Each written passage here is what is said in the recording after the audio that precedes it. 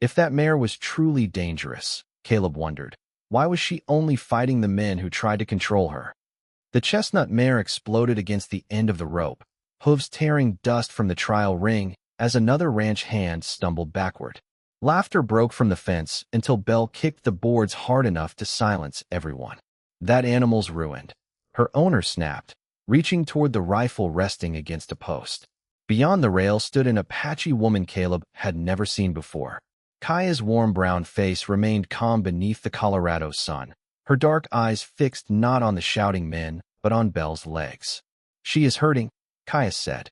The owner turned. "Nobody asked you." Two ranch hands blocked her when she moved toward the gate. Caleb watched Belle shift her weight again. Each time her left hind hoof touched the ground, her muscles tightened. Kaya had noticed it before anyone else. "Let her through," Caleb said. Heads turned. "Monroe, you buying the horse or taking advice from her?" someone called. Caleb ignored him. He walked into the ring, took the reins from the ranch hand, and approached Kaya. For the first time, she looked directly at him. There was no gratitude in her expression, only caution. Caleb held out the reins. The crowd went quiet. "You saw something we didn't." Kaya studied him for one long second, then took them. She entered the ring without pulling Belle toward her.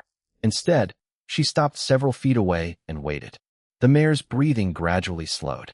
One ear turned toward Kaya. Then, to the astonishment of every man watching, Belle took a careful step toward her. Kaya lowered her hand, examined the mare's hind leg, and ran her fingers toward the hoof. Her expression hardened. "Bring me your hammer." The owner scoffed. Kaya looked up. "Your horse isn't trying to throw you." She touched the crooked shoe biting into the hoof. "She's trying to tell you where it hurts." Caleb looked at the reins resting loosely in Kaya's hand and understood that the most important thing happening in that ring had nothing to do with who could control the horse. 4 months later, Kaya would remember that moment differently from everyone else. In Silver Creek, the townspeople would remember the Apache woman who quieted a dangerous mare. Caleb would remember the crooked shoe. Kaya would remember only the reins, and the white rancher who had placed them in her hand without demanding that she first prove she deserved them. But 4 days before Belle entered that dusty trial ring, neither of them knew the other existed. Caleb Monroe was riding north towards Silver Creek beneath a wide Colorado sky, looking for breeding stock for his ranch and carrying an old promise never to mistake fear for disobedience again. Nearly 30 miles south, Kaya traveled toward the same town with a small string of young horses moving easily behind her. She expected to trade them, collect what was owed, and be gone before another sunset. Neither journey was meant to change anything. Yet by afternoon, storm clouds were gathering over the distant mountains, and two separate trails were bending toward the same little town. Somewhere ahead waited a chestnut mare with pain hidden beneath an iron shoe, and a pair of reins that would one day mean far more to Kaya than any man in Silver Creek could have understood. By the time Caleb Monroe reached the southern pasture of his ranch that morning, frost still silvered the bunch grass in the shadows, though sunlight had begun warming the open ground. He rode without hurry, letting his bay gelding choose the easier path between scattered rocks. At the creek crossing, Caleb dismounted before asking the horse to step into the water. He crouched, ran one hand down the gelding's foreleg, and lifted the hoof. A pebble had wedged beside the shoe. Nothing serious. Still, Caleb removed it before continuing. Men sometimes laughed at the way he checked a horse before blaming it. Caleb had stopped caring years ago. The Monroe place stretched across a broad piece of Colorado territory, with weathered corrals, a low barn, and enough pasture to keep 30 horses without crowding them. His father had taught him to breed strong animals. His younger brother Daniel had taught him something harder. Strength meant little when fear was ignored. 6 years earlier, Daniel had been riding for another rancher. During a spring roundup, his mount had balked twice at a steep wash. The owner called the animal stubborn, struck it, and ordered Daniel forward. The horse had been favoring a strained leg. Halfway down the slope, it lost its footing. Caleb arrived too late to change what followed. Since then, one rule had governed every animal on his land. Fear was information, not disobedience. That was why he was riding to Silver Creek. He needed a mare for his breeding program, but bloodlines alone meant little to him. He wanted steadiness, intelligence, and sound legs. A rancher named Walter Briggs had advertised a chestnut mare with excellent stock behind her, and Caleb intended to see the animal before anyone else decided what she was worth. Back at the barn, he packed oats, a bedroll, and enough food for several days. His ranch hand, Owen Price, leaned against the stall door. Briggs says that mares got fire. Caleb tightened a saddle strap. Everybody says that when they want another $20. Owen smiled. You ever buy a horse because somebody called it gentle? No, wild. No, pretty. Caleb glanced at him. You planning to sell me one? Owen laughed and moved aside. Caleb led his gelding into the morning light. Before mounting, he looked toward the empty house beyond the cottonwoods. Once, Daniel would have ridden with him. That absence no longer cut as sharply as it once had, but it had settled into the ranch like an unused chair, quiet, familiar, impossible not to notice. Caleb swung into the saddle and headed north. By midday, the mountains had darkened beneath gathering clouds. Wind moved through the grass in long waves, carrying the smell of rain. He passed a freight wagon headed south and stopped long enough to help the driver tighten a loose trace. Later, he watered his horse beneath a stand of cottonwoods rather than push the animal another 5 miles to the next creek. Silver Creek would still be there. Nothing worth reaching required a tired horse to pretend it wasn't tired. Near evening, the town appeared below him, a thin line of roofs and chimney smoke pressed against the enormous country. Caleb could already hear hammering from the stock pens, where the horse trial would be held in 4 days. He rode down slowly. At the livery, Briggs found him before Caleb had finished loosening his cinch. Monroe. The older man grinned and slapped dust from his vest. You came for Belle. Caleb glanced toward the rear stalls. Somewhere inside, a horse struck wood once, then went silent. Came to look at her. Best mare you'll see this year. Then she won't need you telling me. Briggs laughed, but Caleb was listening to the barn. Another dull knock came from the last stall. Not a kick, more like a hoof being set down too quickly. Caleb walked toward the sound. Belle stood in the dimness, chestnut coat glowing where sunset entered between the boards. She lifted her head when he approached. Her ears came forward, then turned back, not pinned, only uncertain. Caleb stopped outside the stall and waited. Eventually she breathed toward his hand. He noticed nothing dramatic, only a tension through her hindquarters when she shifted. She always stand like that? He asked. Briggs shrugged. Been temperamental since yesterday. Probably knows the trial's coming. Caleb watched Belle place her left hind hoof down, hesitate, then take some weight off it again. Something old and cold moved through his chest. Daniel's horse had once shifted almost the same way. Caleb did not reach for Belle. He simply stood there while evening settled over Silver Creek, watching a mare everyone else had already begun describing with words like difficult and wild.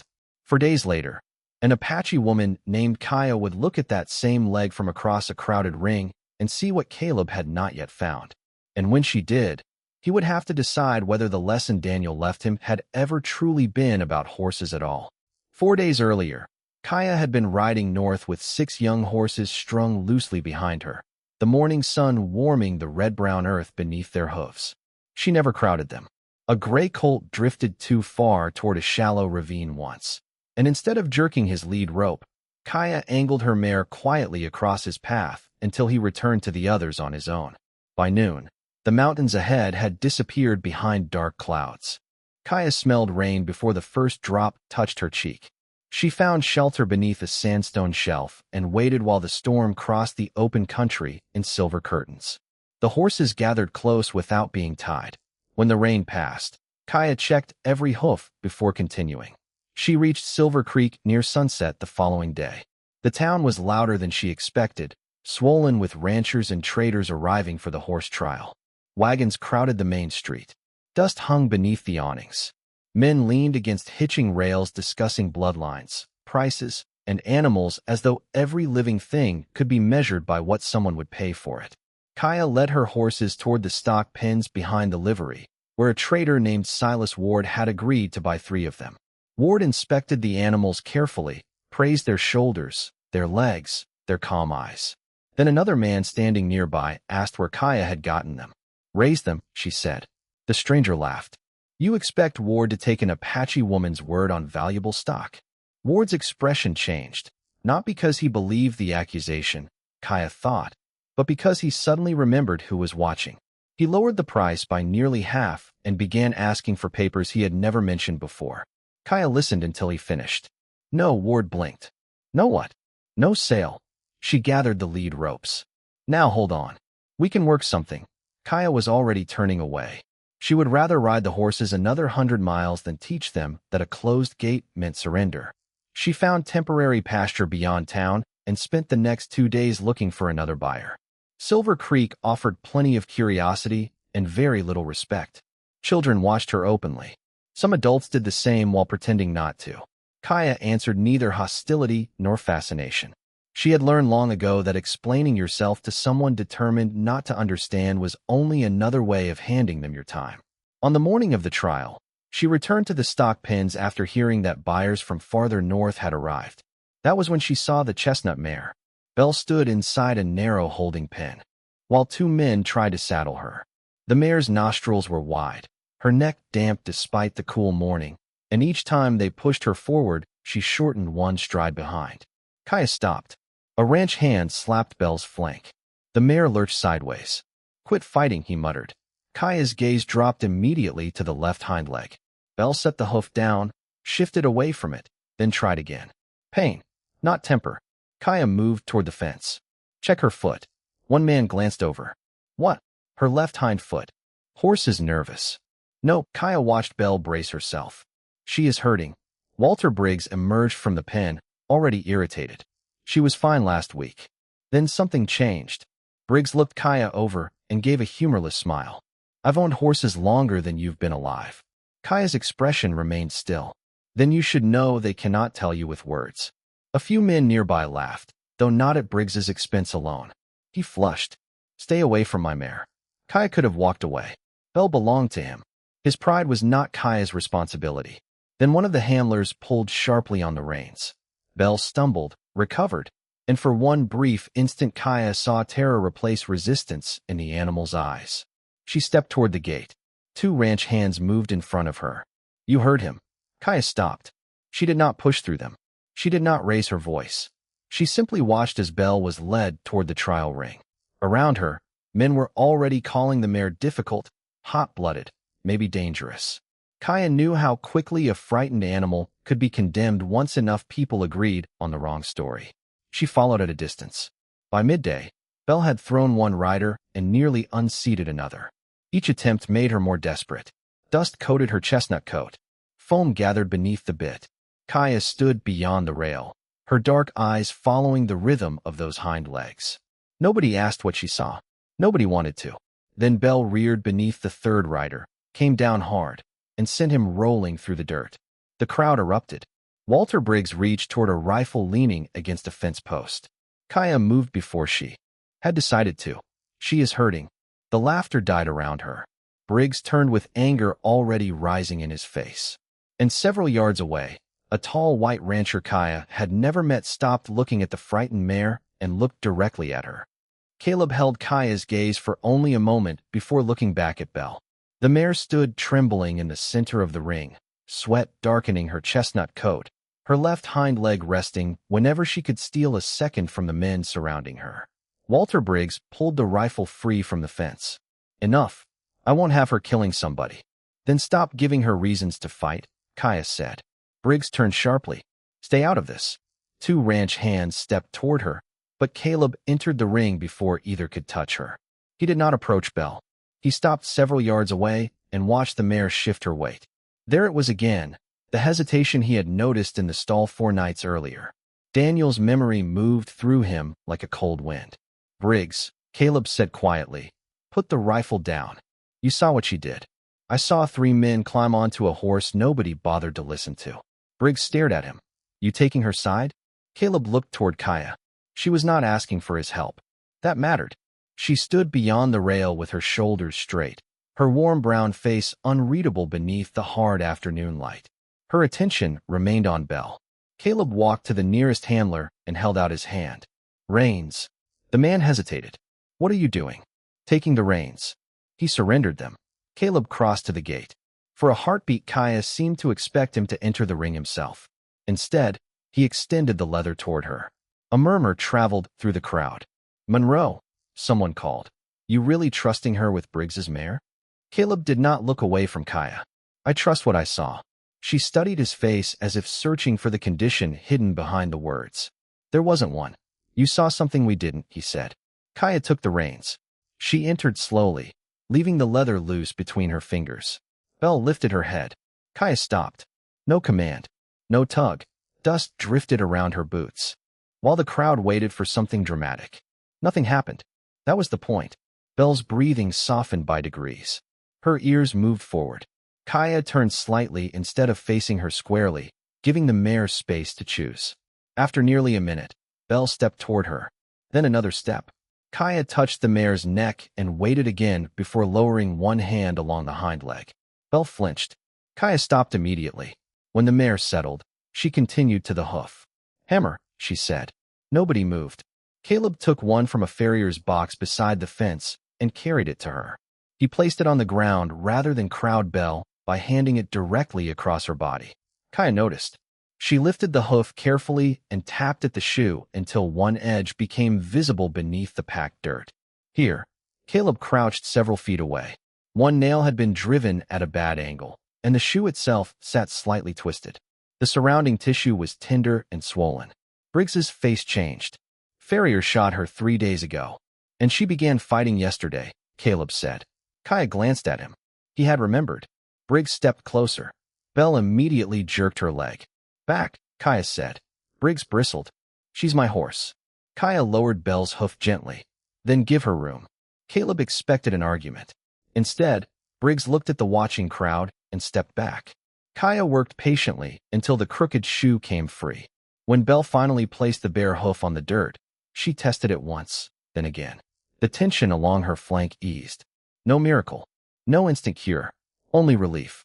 The mare lowered her head beside Kaya's shoulder. The crowd had become strangely quiet.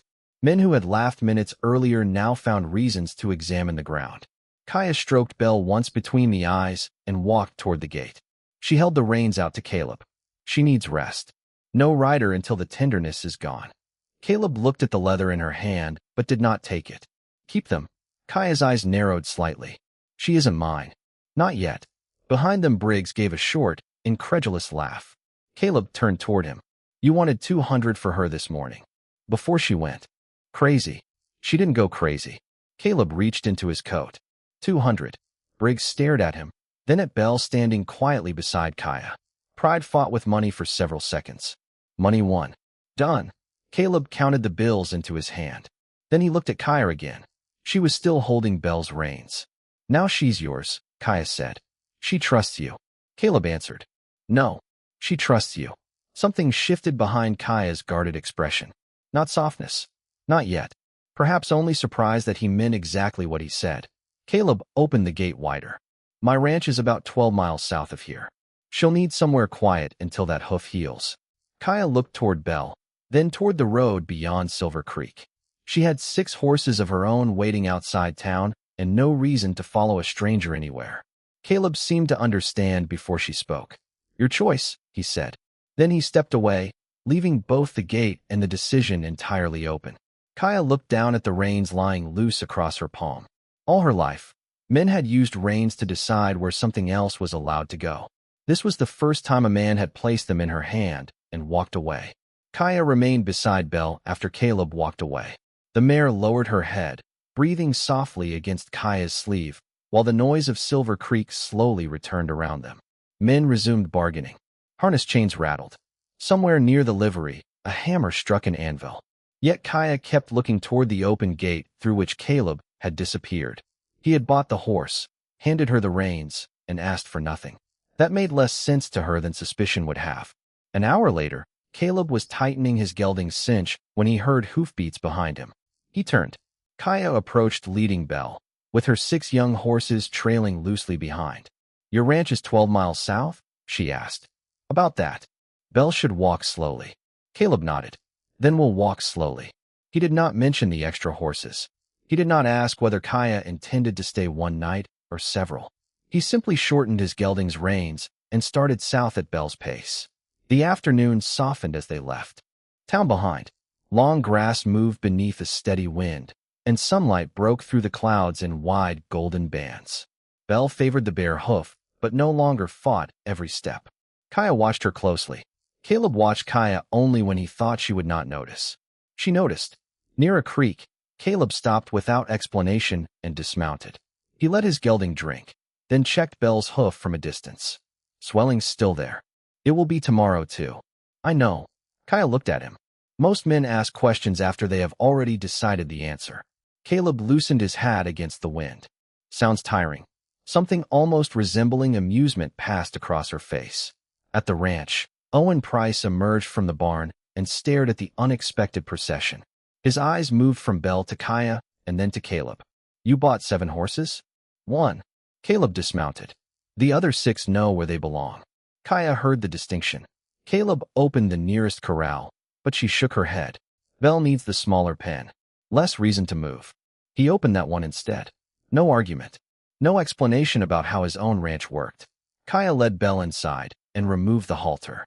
The mare remained near her. I can bed down in the barn, Kaya said. Caleb glanced toward the house. There's a spare room. Her expression cooled immediately. Caleb saw it and added, barn's dry too. Your choice. The tension left her shoulders almost invisibly. Barn. Owen keeps extra blankets in the tack room. Caleb turned toward the house. Food in an hour. I have food. So do I. He continued walking. Kaya watched him go. The next morning, she found Caleb already beside Belle's pen before sunrise. He had left a bucket of warm water near the gate and placed clean cloth, hoof dressing, and a rasp on the fence rail. He had not entered. You were waiting? She asked. No, he lifted his coffee. I was drinking this. Kaya smelled it from several feet away. That may explain why you look unhappy. Caleb glanced into the cup. Coffee. Burned coffee. That's how Owen makes it. From the barn came Owen's offended voice. I heard that. Kaya's mouth curved before she could stop it. Caleb saw the smile but wisely said nothing. They worked on Belle through the morning. Kaya cleaned the hoof while Caleb held supplies when asked. He never reached for the mare without warning. By afternoon, Belle was placing more weight on the leg. When Kaya finally stepped from the pen, Caleb was repairing a section of fence nearby. How long? He asked. 3 days before I know whether she needs more. Caleb drove another nail into the rail. Then 3 days. Kaya studied him. You do not know me. No. You let me bring 6 horses onto your land. They're eating grass, not stealing silverware. She stared at him, uncertain whether he was joking. Caleb returned to the fence. And you gave me Belle. I bought Belle. You gave me control of her. Caleb stopped hammering. For the first time that day, his expression became serious. No. He looked toward the chestnut mare standing quietly in the pen. I gave you the reins. That isn't the same thing. Kaya felt those words settle somewhere she did not want to examine yet. Why? She asked. Caleb met her eyes. Because she trusted you before she trusted me. He drove the next nail into the wood and moved down the fence line, leaving Kaya in the warm afternoon silence. Behind her, Belle approached the rail and breathed against her shoulder. Kaya rested one hand on the mare's face, but her eyes remained on the white rancher working beneath the lowering sun. For the first time in years, someone had offered her trust without trying to turn it into ownership, and Kaya was beginning to wonder what kind of man could understand the difference. By the 3rd morning, Belle crossed the small corral without favoring her left hind leg. Kaya stood beside the fence with her arms folded, watching the mare test herself at a slow walk. Caleb came from the barn carrying 2 cups of coffee. He placed one on the fence rail beside Kaya without saying anything. She lifted it, took a cautious sip, and looked at him. Different. Owen says I've betrayed him. You used less coffee. More water. That is usually how less coffee works. Caleb's mouth moved at one corner. From inside the barn, Owen called. I can still hear both of you. Kaya's laugh escaped before she could stop it. It was quiet and brief, but Caleb turned toward her. She caught him looking, and the laugh disappeared, though the warmth behind it did not. He looked away first. That mattered to her. Over the next several days, the rhythm of Monroe Ranch changed without anyone announcing it. Kaya moved her 6 horses into the eastern pasture. Caleb never asked when she planned to leave. She worked with Belle every morning, first walking her, then asking for gentle turns, always watching the injured hoof. Caleb repaired tack nearby or worked another horse in the adjoining pen. Their conversations came in pieces separated by long stretches of comfortable silence. Kaya learned that Caleb checked every animal before breakfast, even when the temperature dropped below freezing. Caleb learned that she could identify which horse had disturbed a herd during the night by studying tracks around the water trough. She learned he disliked beans cooked too soft. He learned she saved the sweeter pieces of dried apple for the gray colt. Neither mentioned knowing these things. One afternoon, they replaced a broken section of corral fence together. Caleb held a warped board while Kaya worked it into place. Their hands reached for the same nail. His fingers brushed hers. Both stopped. It was hardly a touch, gone almost before either could acknowledge it. Yet Kaya felt herself become suddenly aware of the distance between them. Caleb withdrew his hand. "You take it." No smile. No teasing. He simply gave her room. Kaya drove the nail herself. Later, a young gelding Caleb was training refused to enter the barn. He stopped at the threshold, neck rigid, nostrils working. Caleb stood beside him for several minutes without pulling. Kaya watched from Belle's pen. "There's something inside," she said. Caleb nodded. "Probably." Owen walked through the barn and found an old canvas sheet flapping beside an open window. Once it was removed, the gelding entered willingly. Kaya watched Caleb stroke the animal's neck. "You always wait?" she asked. "Not always." But now, Caleb rested his forearms against the stall door. Evening light came through the barn boards in thin, golden lines. "My brother taught me." Kaya had heard Daniel's name once from Owen, but Caleb had never spoken of him. She waited. Caleb looked toward the gelding. Daniel was 23. Worked a roundup north of here one spring. Horse kept refusing a wash. Ranch owner thought it was stubborn. His voice remained level, which somehow made the grief inside it easier to hear. Daniel listened to the man instead of the horse. Kaya's gaze lowered. The horse was injured. Caleb nodded. Went down on the slope. Daniel died before I reached him. Dust floated through the light between them. Kaya did not offer the empty comforts people often used because silence frightened them. She remained where she was. After a while, Caleb said, "For years I blamed the rancher. Then I blamed the horse. Then myself. Which was easier?" Kaya asked. He considered that. All of them were easier than accepting Daniel was gone. Kaya understood the answer more than she wanted to. Caleb looked at his hands. "So now, when a horse refuses something, I try to ask why before I decide what it means." Kaya's eyes moved toward him. "Only horses?" Caleb met her gaze. The barn seemed suddenly quieter. "I'm trying to learn." She looked away first this time. That night the temperature dropped hard. Wind pressed against the barn walls, and Kaya woke beneath her blankets to Belle calling softly from the pen. She rose, pulled on her boots, and stepped outside. Caleb was already crossing the yard with a lantern. They reached Belle almost together. The mare was not injured. She had simply become restless as sleep began tapping against the roof. Kaya entered the pen. Caleb stayed outside with the lantern. "You can come in," she said. He opened the gate but stopped near it, allowing Kaya to remain closest to Belle. Together they checked the mare's leg. No heat, no swelling. When they finished, the sleet had become heavier, whispering across the dark ranch. Caleb took off his coat and held it toward Kaya. She looked at it, then at him. "I have a blanket." "In the barn." 20 steps away. Caleb glanced toward the barn. "Maybe 30. Kaya took the coat. "Your measuring is poor. I raise horses. I don't survey land." She slipped it around her shoulders. It smelled faintly of leather, smoke, and cold air. They stood beneath the shelter of the corral roof while Belle settled behind them. Neither seemed in a hurry to cross those 30 steps. "Why did you really hand me the reins?" Kaya asked. Caleb's face was half lit by the lantern. "I told you. You saw something." "Yes. Men see things and still choose pride." He looked toward Belle. "I've done that too." Kaya waited.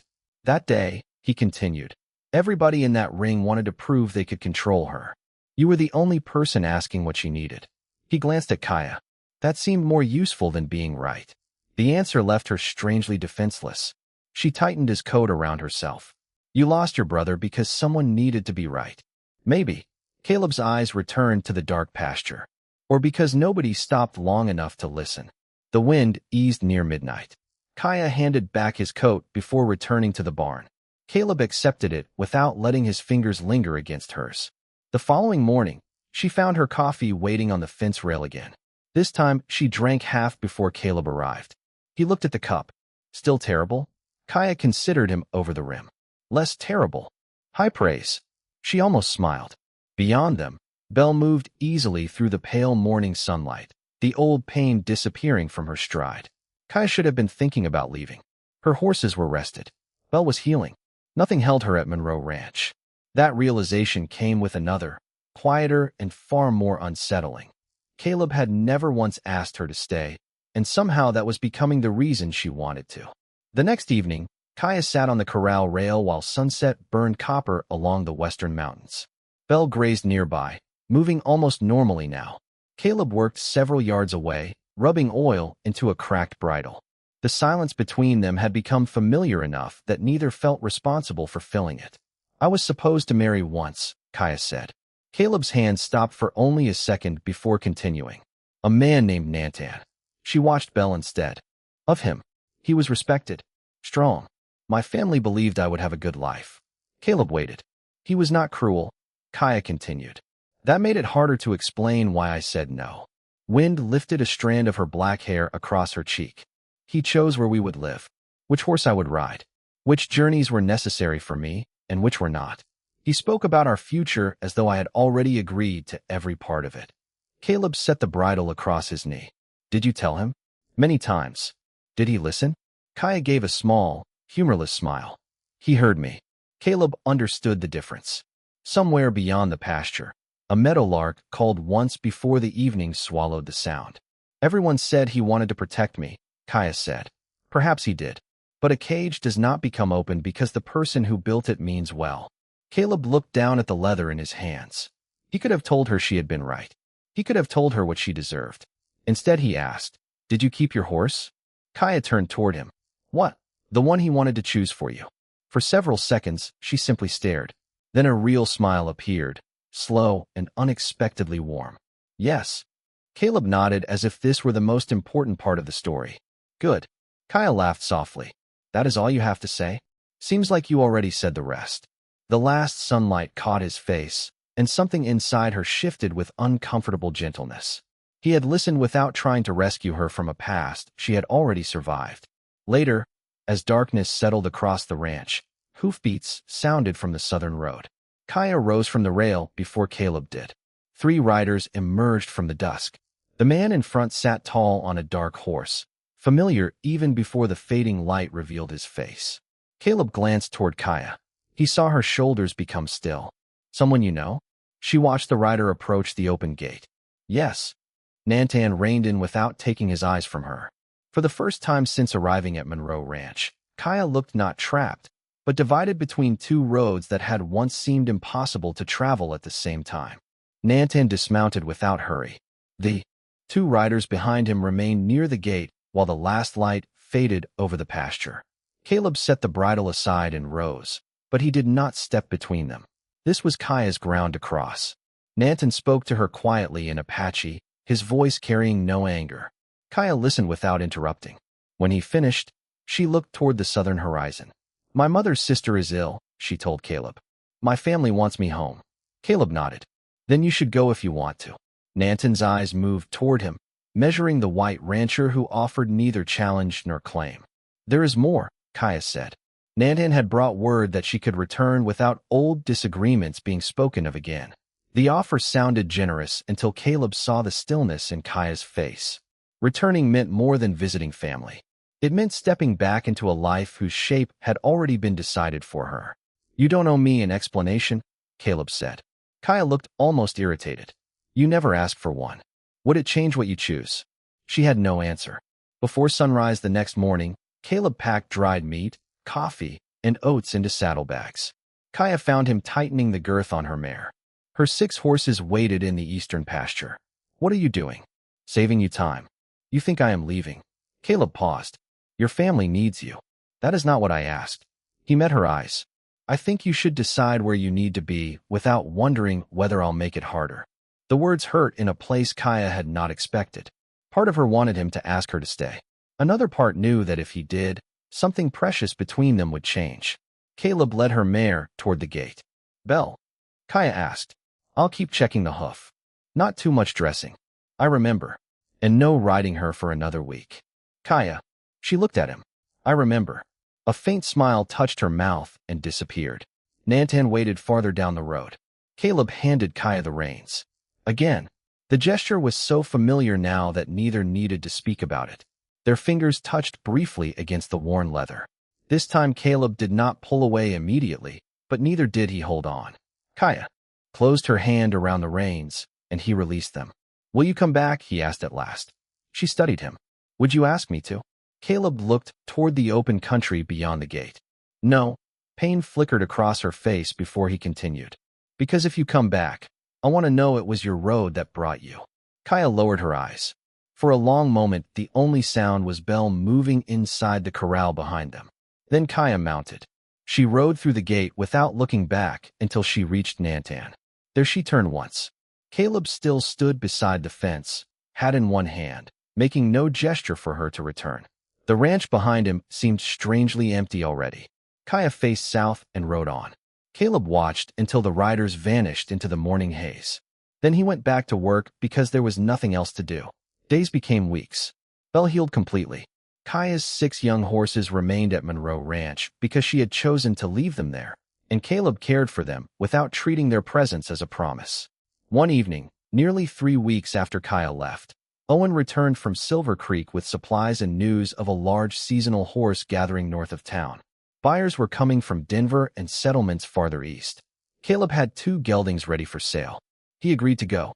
What Owen did not know was that word of the same gathering had traveled south. And when Kaya heard where it would be held, she found herself remembering an open gate, a cup of less terrible coffee, and a man who had let go of the reins before she ever had to ask him. The horse gathering spread across a wide meadow north of Silver Creek, where canvas tents snapped in the October wind and hundreds of horses filled temporary corrals beneath a hard blue sky. Caleb arrived shortly after sunrise with Owen and 2 geldings from Monroe Ranch. By noon, one had sold to a cattleman from Denver, yet Caleb barely noticed the money changing hands. Across the meadow, beyond a line of wagons, he had seen Kaya. She stood beside Nantan and several members of her community, her black hair moving in the wind, her warm brown face turned toward a pen of young horses. 3 weeks had changed nothing Caleb could name and everything he could feel. Kaya saw him moments later. Neither waved. Their eyes met across the crowd, and something quiet passed between them before a buyer stepped into Caleb's path. He returned to business.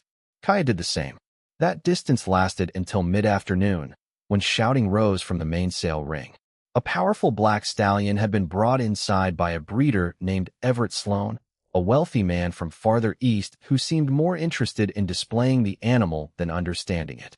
The stallion spun whenever a handler approached his left side. Sloan cursed, jerked the lead, and ordered another man into the ring. Kaya watched from the rail. Caleb saw the familiar concentration settle over her face. Something wrong? Nantan asked. He does not fear the men, Kaya said. He fears what they keep doing. Sloan overheard. His gaze moved over her. Another Apache horse expert. Several men laughed. Caleb's shoulders tightened, but he remained where he was. Kaya did not need his anger. Sloan recognized her from talk of Belle in Silver Creek. You're the woman Monroe let play with that chestnut mare. Kaya's expression did not change. Belle was injured. So everybody heard. Sloan smiled toward the crowd. Folks will believe anything after a good show. Nantan stepped forward, but Kaya lifted one hand. He stopped. Caleb did too. Sloan pointed toward the stallion. You think you know horses better than my men? I think your stallion is telling you something. Then tell me what. Kaya looked at the horse. Not from outside the ring. Sloan laughed. Go on then. One of his handlers offered her the lead rope. Kaya did not take it. The stallion was already fighting the pressure at the other end. She looked toward Caleb instead. He was standing beside the fence with a spare set of reins he had carried from his gelding. Their eyes met. For one suspended moment, the noisy meadow seemed to disappear. Caleb walked toward the rail. Men shifted aside, expecting him to hand the reins to her as he had with Belle. Kaya expected it too. Instead, Caleb laid them across the top board between them and stepped back. He said, Nothing. Kaya stared at the worn leather. Then she understood. The first time, he had chosen to trust her when no one else would. This time, the choice belonged entirely to her. Kaya reached forward and took the reins herself. She entered the ring. The stallion threw his head when she approached, so Kaya stopped. She watched his ears, his breathing, the tension through his neck. When she moved left, he spun away violently. When she moved right, he held his ground. Kaya circled slowly until she saw a raw patch beneath the edge of the leather blinker near his left eye. Every time a handler approached from that side, the leather shifted against the wound and narrowed his vision. "Remove the bridle," she said. Sloane scoffed. "He'll bolt." Then close the gate. Something in her voice ended the argument. The gate was secured. Kaya waited until the stallion allowed her near his right shoulder, then slowly loosened the bridle.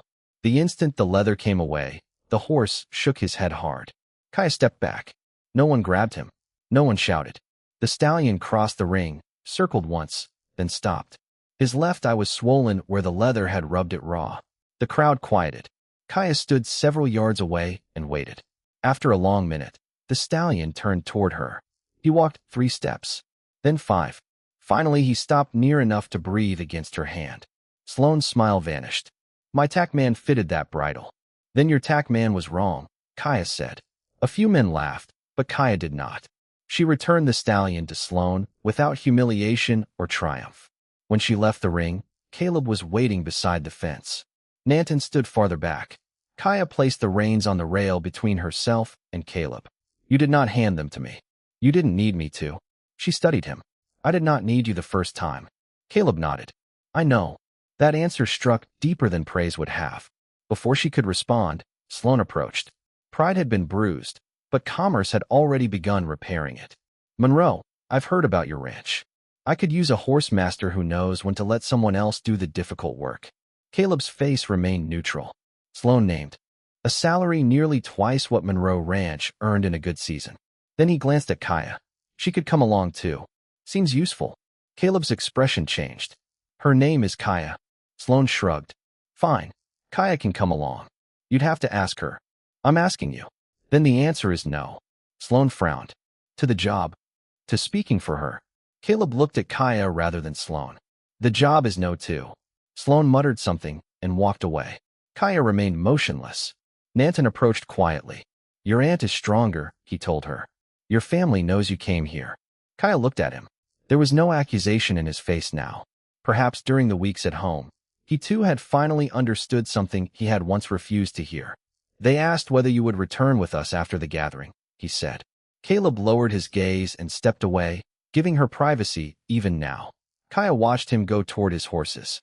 Nanton followed her eyes. "He will not ask you to stay." "No, does that trouble you?" Kaya considered the question. It did. And now, the autumn wind moved through the meadow, carrying dust, horse sweat, wood smoke, and the distant sound of laughter. Kaya looked toward Caleb. He was checking the leg of his remaining gelding, unaware or pretending to be unaware that she was watching. "Now I understand why." She walked across the meadow. Caleb straightened when she approached. Kaya stopped beside him, close enough that their shoulders nearly touched. Around them stood traders, ranchers, Nantan, and men who weeks earlier had laughed when Caleb first placed reins in her hand. Kaya did not look at any of them. "My family knows where I am," she said. Caleb waited. "My aunt is recovering." He nodded. "Good. Nantan is returning south tomorrow." Another pause. "All right." Kaya almost became impatient with him. "You are not going to ask what I am doing." Caleb's eyes met hers. "Would you like me to?" She looked toward the road leading south, then toward the distant country where Monroe Ranch waited. When she faced him again, there was no uncertainty left in her expression. "I am going back for my horses." Caleb's face remained still, but she saw hope arrive in his eyes. Kaya let him hold it only a moment before adding, "And I think I will stay long enough to teach you how to make coffee." A quiet smile appeared on Caleb's face. "That could take years. Then you should learn slowly." This time Kaya smiled too. She stepped beside him rather than behind him, and when they walked toward the corrals, neither reached for the reins the other carried. They left the gathering the following morning beneath a sky washed pale by overnight frost. Nantan and the others turned south at the fork outside Silver Creek. Kaya stopped there long enough to watch them disappear across the rolling country.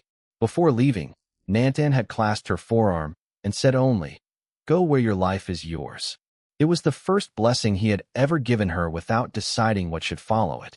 Caleb waited farther up the road, giving her the distance to say goodbye without being watched. When Kaya finally joined him, he asked nothing. They rode toward Monroe Ranch side by side. By afternoon, familiar fences appeared beneath the cottonwoods. Belle called from the corral before Kaya reached the gate. The mare trotted toward her without a trace of the old limp, and Kaya dismounted laughing as Belle pushed her nose against her shoulder. Caleb carried the saddlebags inside while Kaya walked through the eastern pasture, checking each of her 6 horses. Nothing had been moved without reason. Her tack remained where she had left it. Even the worn blanket in the barn had been folded on the same shelf. That evening, Caleb found her leaning against the corral. "You kept everything. Wasn't mine to change." Kaya looked at him. "You really believed I might return?" Caleb rested his arms on the fence. "I hoped." The word was so simple that she had no defense against it. "And if I had not, then the horses were still yours." Silence settled between them, warm despite the cold. Kaya looked down at the reins hanging from the rail. "Why did you never ask me to stay?" Caleb took his time answering. "Because I didn't want your yes if it came from feeling you owed me one." Kaya's eyes lifted. "I know. Then why did you come back?" She stepped closer, leaving only the width of a hand between them. "Because you were the first man who handed me the reins and understood they were mine after you let go." Caleb's breath caught almost imperceptibly. Kaya reached for his hand. It was the first touch between them that neither circumstance nor work had created. His fingers closed gently around hers. No promise was spoken. None was needed yet. During the weeks that followed, Kaya stopped sleeping in the barn and moved into the spare room by her own decision. She and Caleb began training horses together, disagreeing often enough to make Owen complain that the animals were easier company. Caleb understood bloodlines and ranch buyers. Kaya understood fear before it became resistance. Their methods met somewhere between patience and trust. One cold morning, Kaya walked outside and found Caleb fastening a new wooden board above the barn doors. She stopped beneath it. Monroe and Kaya, horses trained with patience. Caleb climbed down from the ladder. "Too much." Kaya studied the sign. "One thing is wrong." His face fell slightly. She pointed toward the house. "Your coffee is still terrible." Caleb laughed, and Kaya took his hand again as morning sunlight spread across the pasture. Beyond them, Belle ran freely with the other horses, while 2 sets of reins waited on the fence for whatever road came next. By early spring, the sign above the barn no longer looked new. Wind had softened its edges, dust had settled into the carved letters, and travelers passing Monroe Ranch had begun to recognize the place as one where frightened horses were given time before they were given judgment. Kaya stood at the eastern fence one morning while Belle grazed beyond her, sunlight warming the mare's chestnut coat. Caleb approached carrying 2 cups of coffee. Kaya accepted one, tasted it, and raised an eyebrow. "Better. That sounds dangerously close to praise." "Do not become proud." He smiled and rested beside her. Across the pasture, Kaya's 6 horses moved freely among Caleb's herd, no longer separated by ownership in the landscape, though every choice concerning them remained hers. Caleb had never forgotten that. Kaya looked at the reins looped over the fence between them. Once, reins had meant someone else deciding where she could go. Now they meant something different. Choice. Trust. A road freely taken. She reached for Caleb's hand. He turned his palm upward and let her fingers settle into his. "There is good country west of here," Kaya said. "For horses?" "Maybe." Caleb glanced at her. "You want to see it?" Kaya smiled toward the distant hills. "I want us to see it." An hour later they rode from the ranch together, Belle following the fence until the road carried them beyond her sight. At the ridge, Caleb slowed his gelding and waited. Kaya came alongside him, not behind. Below them stretched miles of sunlit country without a fence in sight. Caleb looked at her, but he did not ask which direction they should take. Kaya gathered the reins loosely in one hand, then pointed west. Together they turned their horses toward the open land, where neither of them needed to lead for the other to choose to follow.